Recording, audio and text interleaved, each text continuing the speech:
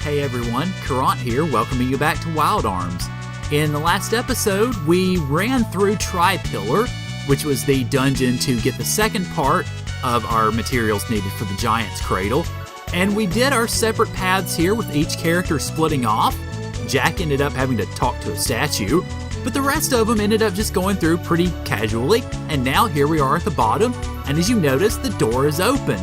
But before we go in there, I do want to point out a couple of things. First off, I did go back to Port Timney and rested before we did all of this, and I also bought some new stuff. Notably, I filled up my heal berries and then ended up having to use a few on the way back. And then I also bought new equipment for everybody. And you see the equipment for Jack and Rudy. And then I bought the new weapon and armor for Cecilia as well. So I'll go ahead and post the Mystic equipment up for that so that you can take a look at that before I head into the door here. Now, what do we find when we go in here? A big old box and a change in music. That's not good. All right, so open this sucker up. And everything goes weird. The shrine belongs to me and no one else. May a swift death come their way. And we get the Mage Fox in a really trippy background. It's definitely one of the more unusual backgrounds that you see in a boss fight in this game. Okay, so, all right, well, I'll go ahead and actually get started with the usual routine here, if I can talk right. And let's see. I'm going to go ahead and use Divide Shot because I don't think I've shown it off yet. I don't really think it's going to do much good here either, but still, just so you can see it. And then with Cecilia, what I'm going to do is go with the usual routine to begin with. I'm going to go ahead and slow this thing down first because I believe the Mage Fox is pretty fast. Okay, yes, definitely very fast. It took the first turn. Now you see there, this thing can hurt really hard, can hit really hard, hurt, what have you. And you notice the Divide Shot did no good whatsoever. So you'll definitely want to think about upping magic resistance if you can. I will go ahead and keep attacking in that vein. Let's see, I need to try to get this thing slowed down before I can really do much of anything else. Because if Mage Fox keeps taking the first or second turn, I might be in some trouble. And if it keeps using Blast, I will definitely be in trouble. Okie dokie. Now once I get them slowed down, which hopefully this iteration of it will work. Yeah, there we go. Okay. What I'm going to do is... Alright, let's go ahead and use the newly revamped rocket launcher on this guy. And I'm going to... Let's see, I think I'm going to use Jack to heal because something I want to do with Cecilia in the next couple of turns. One strategy I've seen pointed out for fighting Mage Fox is actually to use the spell that I have mistakenly named Osmos. You notice, absorb magic as MP. Now, Osmos does that, but it takes it directly from an enemy, so I'm probably going to rename this in the near future. But what I'm going to do first is put this on Rudy. Because whenever Mage Fox uses magic, and I believe that's about the only type of attack this thing has, then he will absorb it. Now, he will not get the MP because he has no MP, but it's still going to help out greatly in regards to, trying to mitigate some of this damage that comes his way. And then Mage Fox tries to confuse Jack, and it works. Great. Okay. All right, well, I guess next up on the train is trying to get that taken care of. But you saw Rocket Launcher does a lot of damage, and I kind of wish I wasn't yik-yakking while I was going through that, just to see, the joy and rapture whenever those numbers came about. There we go. Okay.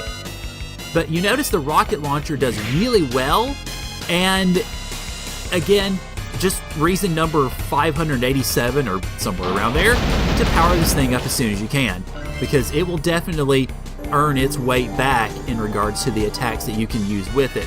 Would you quit trying to confuse people? I mean, it's hard enough already, much less you tossing status effects around. Oh good, that one didn't work. Sweet.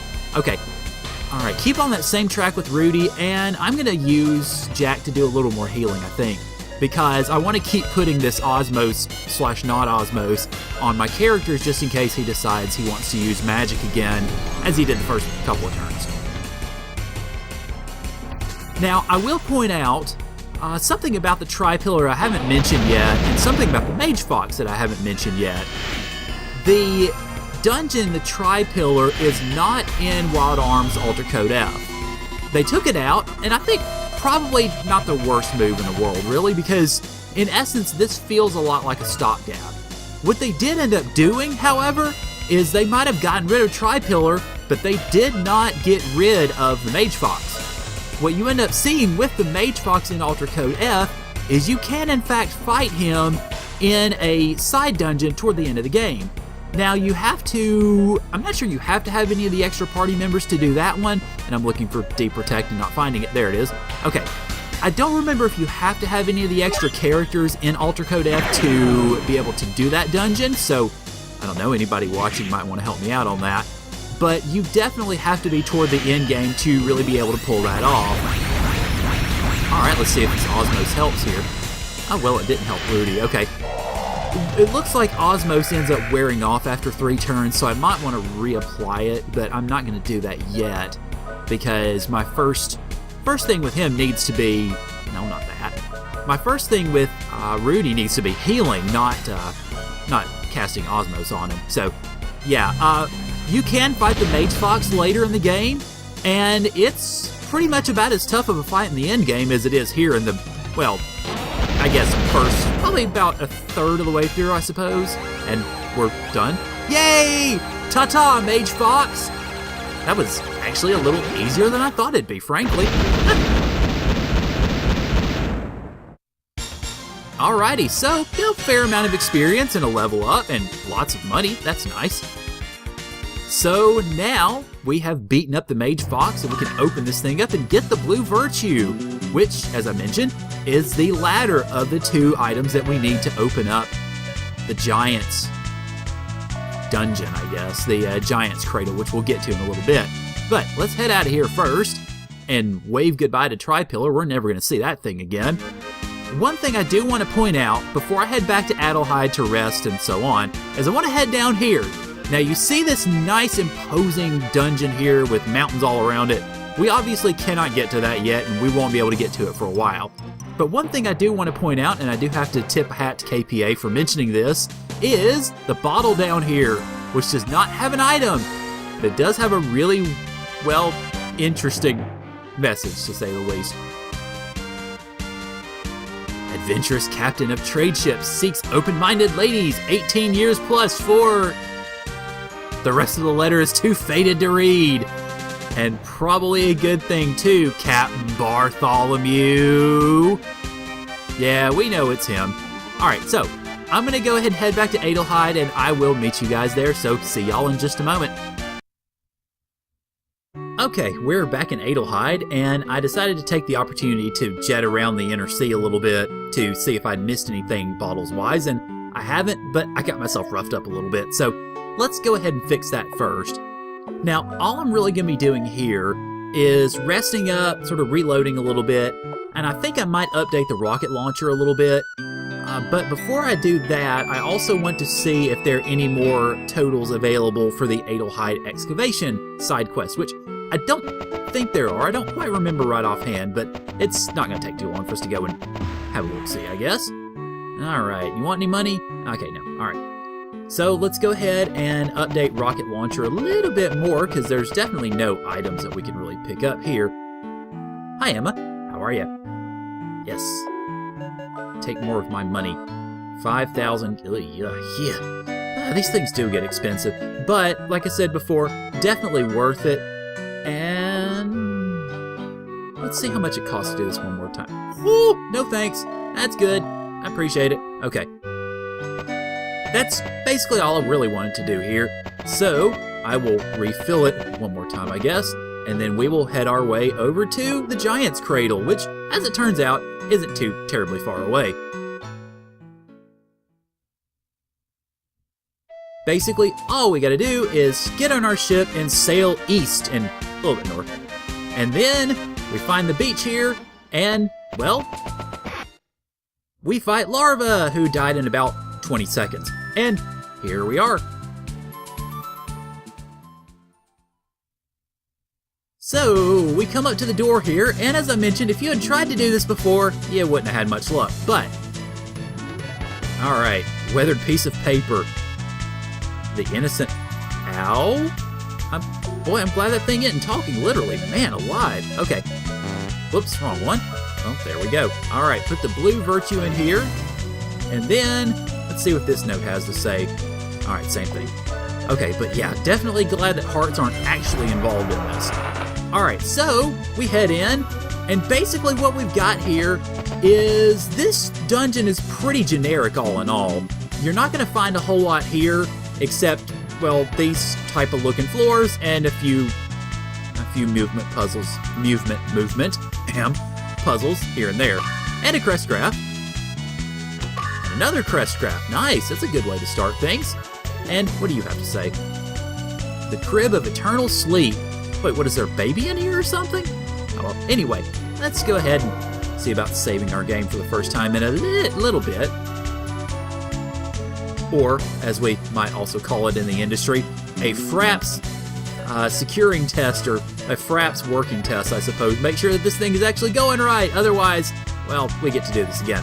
Anyway, just go ahead and head through here, and we'll be running through these areas. Okay, we had 3 raid busters there, which we'd seen in Tri-Pillar, and as it turns out, it's a lot easier to take those things out together than it is individually. And also, by the way, Rudy got a level up, so he's now 25, and Cecilia is still behind, darn it. Alright, so, you look at the grapple here, and of course we've got, well, nothing that way, but let's head over this direction, and we shall see grapple pillars.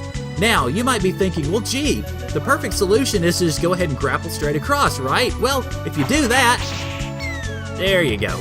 So, what you end up having to do instead, and not use Jack as a poor test subject again, is go down here, grapple diagonally, and you can avoid getting speared. Alright, and you might notice the little holes in the floor there, so run like crazy and not get spiked, and whoa, crap. Okay, I think that pretty well does it. Alright, so, next floor, I guess, just run around, and keep running. Okay, another nice little puzzle room here. Okay, let's see, what do we... Oh, right. Alright, obviously I've got to push the block to where I can actually get it over to that side of the street. So let's go over, push it over here. That should do it, I think. And then, get over this way. Yeah, I think that should pretty well take care of that. Assuming I didn't push it too far there, did I? No. I didn't push it quite far. No, don't fall. There we go. Okay. Not too bad. Just had to make sure I wasn't overdoing it or underdoing it or what have you. And another puzzle and lots of spikes, so definitely not a good idea to get hit by those. Alright, all we really need to do is just push ow, or not. Okay. Yeah, there you go. Don't get hit by the spikes. And, alright, there we go. Or use the invisibility. Crap! Okay, yep, this is not working out so well. Alright, let's sneak over, push it this way, and keep going, keep going, keep going. Yeah, there we go. A little too far. Never did want to assume that I'm perfect at anything, because God, no, I'm not even close. Anyway, move forward through there, and roll around again.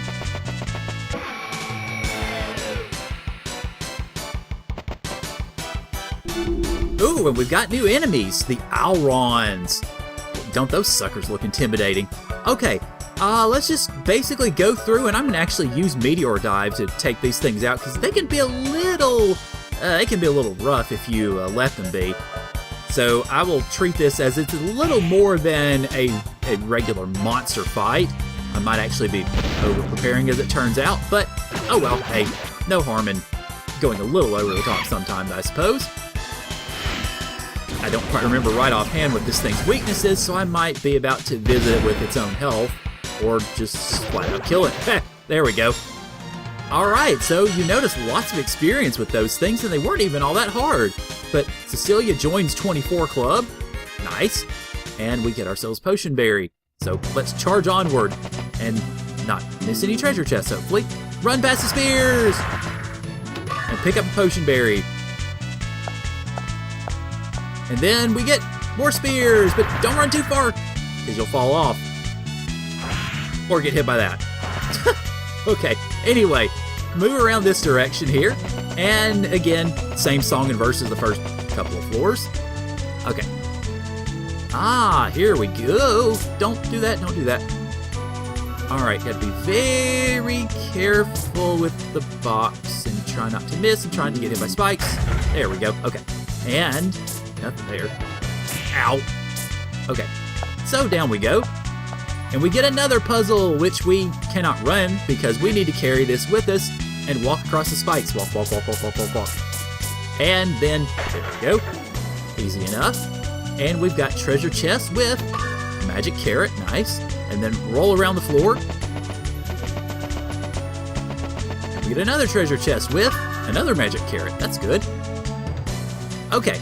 Ah, wow. All right, this should be fun. Let's see. Run up here. Wow. And I got hurt. And run up there. Ow. Doggone it. Yeah, I'm not doing too hot at the whole avoiding spikes thing or spears or anything that actually comes at me. Let's see. Do I have to use this for... Yeah, there we go. Okay. There we are. All right, good. Ow. All right. And we are at the bottom.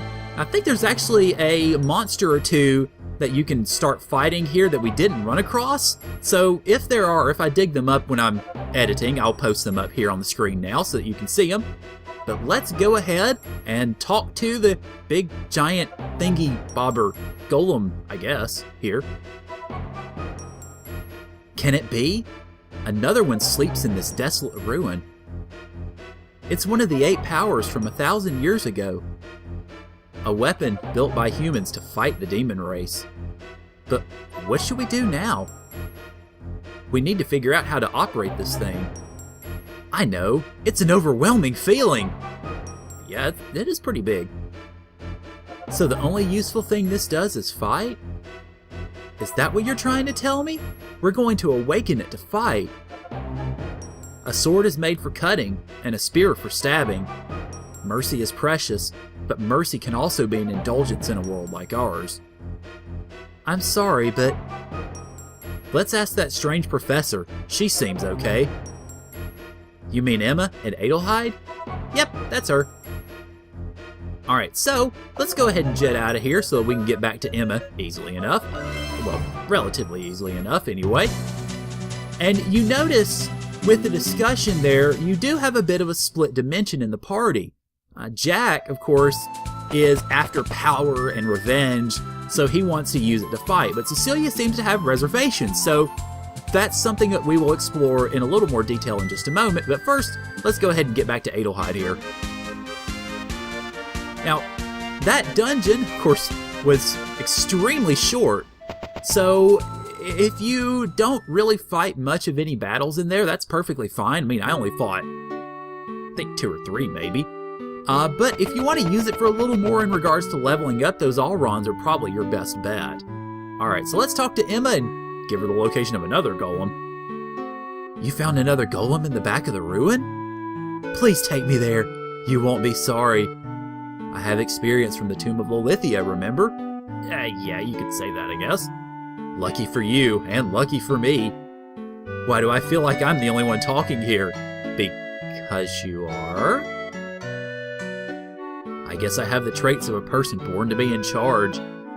Okay, Filgaia Defense Force. Wait a minute, since when did we get that name? Let's go take a look at this golem. I feel very appropriated here. Wait, when did I sign up for a Filgaia Defense Force? I don't know. Oh well, anyway, I guess we can deal with that.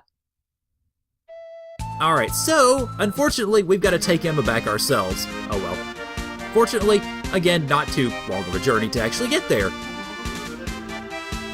And I've managed to stay on the sea without fighting them all 3 times. Nice. Fortunately, it takes us straight to the golem, though, when we get the scene. I never thought I would see this while still in my 30s. Oh, well, okay, yeah, good for your achievement cycle there, chickadee. Hey, you guys, this is great. You must have good karma like me. I'm gonna check it out. Hey, Mousy, give me a hand. You look like a candidate. What? What does that mean? By the way, if you've ever seen any of the illustrations of Emma for Ultra Code F, she looks really, really good for a woman in her late 30s. Just saying. Here's what I've learned so far. I call this guy the Earth Golem. I found some ancient writing on him pertaining to the Fort of the Gods. It's written on the shield mechanism located on both sides of the arms. Since the ruin is in such good condition, the golem is in perfect working order. Yeah, except for all the spikes and spears and box puzzles. But anyway, the thing just stopped working right now. It's alive. Ooh. Unlike Lolithia, this golem is just sleeping. I've tried to wake it, but it needs more than a little shove. It's a pretty big thing. I should hope it needs more than a shove. Don't worry, when it comes to these matters, there's nothing I can't do. Let's go, Mousy! Try again!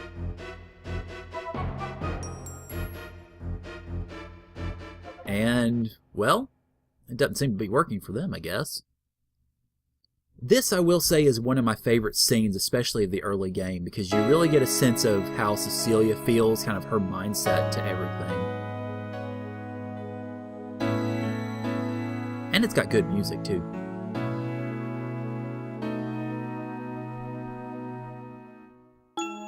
Why won't you wake up? Get up.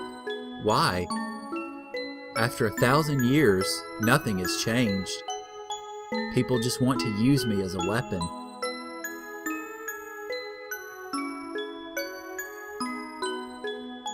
I was born in a house that was a little different from ordinary people.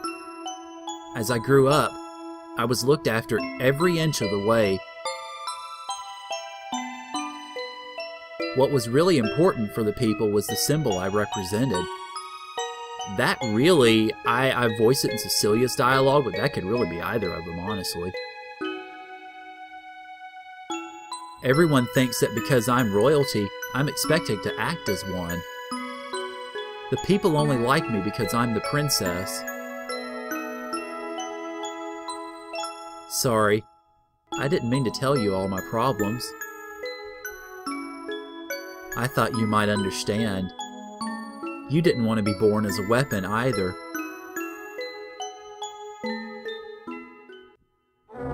And it works. You can understand me? No! Everyone wants to use you as a weapon. No one must know that you're awake. Please, remain asleep until this is over. If you can hear past my voices, if you can hear the cry of the people under fire, you must wake of your own free will. And apparently, it is time. How? I tried everything and nada. You, what did you do? Nothing. I was just talking to it. It decided on its own to get up. Who the hell cares? Now we have the power. We have the ancient antidote to the demons. No, it's not our weapon. It's joining us as a member of the group. You get it, girl. Hey guys. See? The Earth Golem is in agreement. The voice pattern of the princess is now registered in the Golem's memory. Please lend us your big hand for the future. Oh, lend me, sorry. A future where you're no longer needed as a weapon. And so, we have our own Golem. Hooray! Let's party! And it gives us some really good, exciting music for it to go up there. I'll have to look up the title of the song. I have the soundtrack, the original soundtrack, so I can find it easily enough. I'll post it on a comment here just to let you know what that song is, because it's one of my favorite songs. We'll hear this once or twice more throughout the game, but you don't see it used particularly often. Now, I do have to say, I kind of wish that we could have gone ahead and gotten a ride with this thing up the ladder or up the elevator, and then gotten out of its way as it started walking out of the giant's cradle. Oh, just a thought.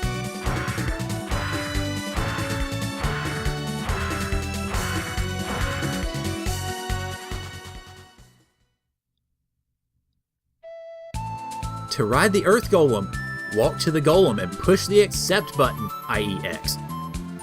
You can dismount the Golem by pressing the Cancel circle button. It's large enough to walk across shallow water, but too large to go through a forest. The shields on both sides keep enemies away while traveling. It's a little low on output. Too bad we can't expect more from it. Hint, hint.